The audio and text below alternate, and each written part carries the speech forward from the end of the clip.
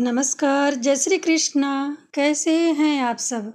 मेरे YouTube channel धर्म समाधान में आप सभी लोगों का हार्दिक स्वागत है। मैं वंदना ओझा। सावन माह शिव जी का परम प्रिय माह होता है। शिव जी की जिस तरह से हम विशेष पूजा आराधना करते हैं, ठीक उसी तरह से ही विशेष मनोकामनाओं की पूर्ति भी सभी श्रद्धालु भक्तजन सावन माह में जरूर ही करते हैं। आज हम आपको सावन माह में संतान प्राप्ति हेतु यदि कोई कामना है तो उसके 4 महा उपाय बताने जा रहे हैं। हमारी जो भी इच्छा होती है उनके सम्मुख यदि रखा जाए तो अवश्य ही उसे प्राप्त किया जा सकता है। संतान की इच्छा हो, धन की इच्छा हो, शीघ्र विवाह की इच्छा हो, निरोगी काया हो, या आपकी कोई भी किसी भी प्रकार की इच्छा क्यों न हो, सावन माह में यदि आप देवों के देव महादेव को प्रसन्न करके अपनी इच्छा पूरी करवाना चाहते हैं तो ज़रूर ही करवाएं, क्योंकि सावन माह में भगवान भोलेनाथ प्रत्येक शिवलिंग भी विराजमान होते हैं और अपने भक्तों की मनोमंगल कामनाओं को पूरा करते हैं। अखंड सौभाग्य की प्राप्ति के लिए मंगला गौरी का व्रत करते हैं। सुखी दाम्पत्य जीवन के लिए, योग्य वर की प्राप्ति के लिए सोमवार का व्रत रखते हैं। अपार धन की प्राप्ति के लिए लक्ष्मी जी की पूजा करते हैं। बुद्धि के लिए सरस्वती माता की पूजा करते हैं और धन ऐश्वर्य की कामना के लिए भगवान श्री हरि विष्णु की पूजा करते हैं। ठीक उसी तरह से यदि आप सावन के पवित्र माह में माता गौरी, भगवान गणेश या शिव परिवार की मूर्ति की, चित्र की पूजा करते हैं तो आपकी इच्छित कामनाएं पूरी हो जाती हैं। आप पूरे शिव परिवार की फ़ोटो लाएं, गणपति जिसमें विराजमान हो गोद में। ऐसी मूर्ति या फ़ोटो की जब आप पूजा करते हैं, उपासना करते हैं तो आपके संतान प्राप्ति की जो कामना है वह पूरी होती है। आप सावन माह में इनके इस स्वरूप की पूजा ज़रूर करें। जिस भी फ़ोटो या तस्वीर में भगवान गणपति माँ पार्वती के साथ विराजमान होते हैं, यदि आप इस प्रकार के फ़ोटो की विधि विधान के साथ पूजा करते हैं तो निसंतानता दूर होती है, तो आपके संतान प्राप्ति की कामना जरूर पूरी होती है। इसे आप पहला उपाय के तौर पे नोट कर सकते हैं। पहले उपाय में सिर्फ आप गणपति सहित शिव परिवार की पूजा करनी है। अब आप जान लें संतान प्राप्ति के लिए दूसरा उपाय क्या करना है। बेलपत्र, भांग, धतूरे, आंकड़े के फूल भगवान शिव जी के परम प्रिय पत्तियाँ और फूल हैं, अत्यंत प्रिय हैं। ठीक इसी तरह से ही शिव जी को ना बाँस की पत्तियाँ भी बहुत ही प्रिय लगती हैं। अगर आप बाँस की पत्तियाँ 11 की संख्या में 40 दिन लगातार पूरे सावन माह शिव जी को समर्पित करते हैं तो ज़रूर ही आपकी गोद हरी भरी हो जाती है। सावन में चारों तरफ हरियाली रहती है, बारिश का मौसम रहता है, मौसम बड़ा ही सुहावना होता है। आप यदि भगवान से अपने वंश की वृद्धि के लिए 11 बाँस के पत्ते लगातार 40 दिन समर्पित करते हैं तो आपकी कामना जरूर पूरी हो जाएगी। आप भगवान भोलेनाथ से पूरी सच्ची श्रद्धा और भक्ति के साथ, नियम निष्ठा के साथ यह कार्य करिएगा, क्योंकि बिना परिश्रम के, बिना कठिन कार्य के कोई पूजा संपन्न नहीं होती है। आप बाँस की पत्तियां समर्पित करें, भांग, धतूरा, बेलपत्र समर्पित करें या आप शिव परिवार की पूजा करें। आपको शिव जी के मंत्र श्री शिवाय नमस्तुभ्यम, श्री शिवाय नमस्तुभ्यम, श्री शिवाय नमस्तुभ्यम मंत्र का जप करते रहना चाहिए। यह मंत्र कॉमन है ना, इसे महिलाएं या पुरुष जाप कर सकते हैं, लेकिन ओम नमः शिवाय महिलाएं नहीं बोलती हैं, सिर्फ महिलाएं ओम शिवाय नमः का जाप कर सकती हैं। तो इसका भी ध्यान रखते हुए आप पूरे भक्ति भाव के साथ ईश्वर के प्रति समर्पित हो जाएं। इन उपायों को यदि आप करते हैं तो निस्संदेह आपके वंश में वृद्धि होगी। यह उपाय तो वैसे पति पत्नी दोनों को करना चाहिए, लेकिन अगर आपके पति आपके साथ नहीं हैं, दूर हैं, संभव नहीं हो पा रहा है 40 दिन लगातार मंदिर जा कर के शिव जी की पूजा उपासना करना, तो सिर्फ महिलाएं भी इस उपाय को कर सकती हैं।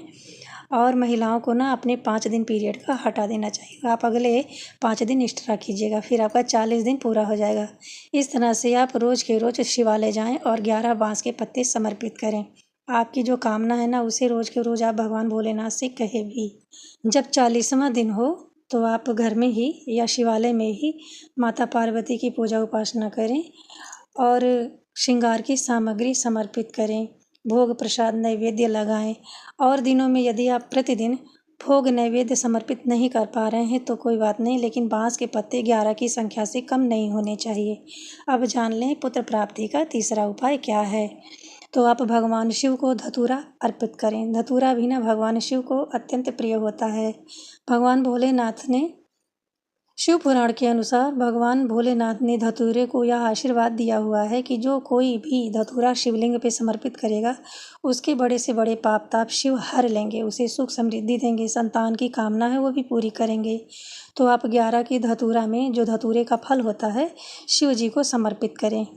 अगर यह धतूरा आपको 11 की संख्या में मिलना असंभव लग रहा है तो आप 5, 7, 3 या कम से कम एक तो लगातार ही समर्पित करें। एक धतूरा एक दिन, एक धतूरा एक दिन। एक ही धतूरे को 40 बार नहीं चढ़ाना है, एक एक करके आपको पूरा 40 धतूरा 40 दिन लगातार चढ़ाने हैं और एक मुट्ठी गेहूँ आपको शिवलिंग में समर्पित करना है।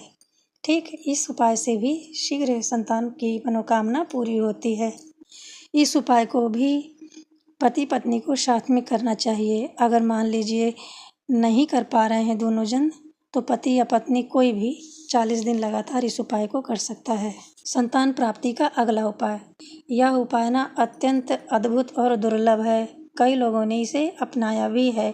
आप सावन के पवित्र महीने में शिव जी का दूध से, घी से, शहद से, गंगा जल से, कहने का मतलब है पंचामृत से अभिषेक करें।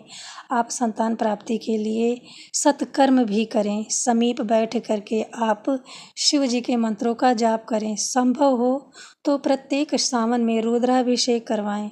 आप शहद, गन्ने, घी, दूध, दही अलग अलग वस्तुओं से भी रुद्राभिषेक करवा सकते हैं, क्योंकि अलग अलग वस्तुओं से जब आप रुद्राभिषेक करवाएंगे तो उसके पुण्य लाभ भी अलग अलग होते हैं। संतान प्राप्ति के लिए भी रुद्राभिषेक कराया जाता है। आप उसे भी जरूर सावन माह में संपन्न करें। जिस दिन आप रुद्राभिषेक करवाएं ना, उस दिन से लेकर के आपको 40 दिन शिवालय जाकर भगवान भोलेनाथ की विधिवत पूजा करनी है और 11 मुट्ठी गेहूं के आपको शिवालय पे समर्पित करने हैं। शिव जी के लिंग पे समर्पित करना है। 11 मुट्ठी, एक एक करके 11 मुट्ठी, और लगातार ना 40 दिन यह उपाय आपको करने हैं। संतान प्राप्ति का ये जो उपाय है इसे भी पति पत्नी दोनों को करना चाहिए। यह शीघ्र फल देने वाला होता है। अगर आप भी चाहते हैं आपके पुत्र या पुत्री की कामना शीघ्र से शीघ्र पूरी हो जाए तो इस उपाय को आप इस सावन जरूर अपनाएं। यह उपाय आपको अवश्य ही सावन के पहले सोमवार से शुरू करना चाहिए। आप सब लोग तो जानते ही होंगे 11 जुलाई 2025 से लेकर के 9 अगस्त 2025 तक सावन माह शुरू और समाप्त हो रहा है, क्योंकि 9 तारीख को ना पूर्णिमा है और उसी दिन रक्षाबंधन का त्यौहार भी मनाया जाएगा। अब आप जान लें शिव जी की पूजा के दौरान क्या सावधानियां आपको बरतनी है। शिवलिंग पर कभी भी आपको केतकी, केवड़ा, लाल रंग के फूल, हल्दी, कुमकुम, सिंदूर नहीं चढ़ाना चाहिए। ये वर्जित वस्तुएं हैं जो शिव पूजा के दौरान ना प्रयोग करें। आप शिव जी को जनेऊ भी हल्दी में रंग के ना चढ़ाइए। शिव जी को जो भी आप भोग समर्पित करें वह शुद्ध और सात्विक ही होना चाहिए।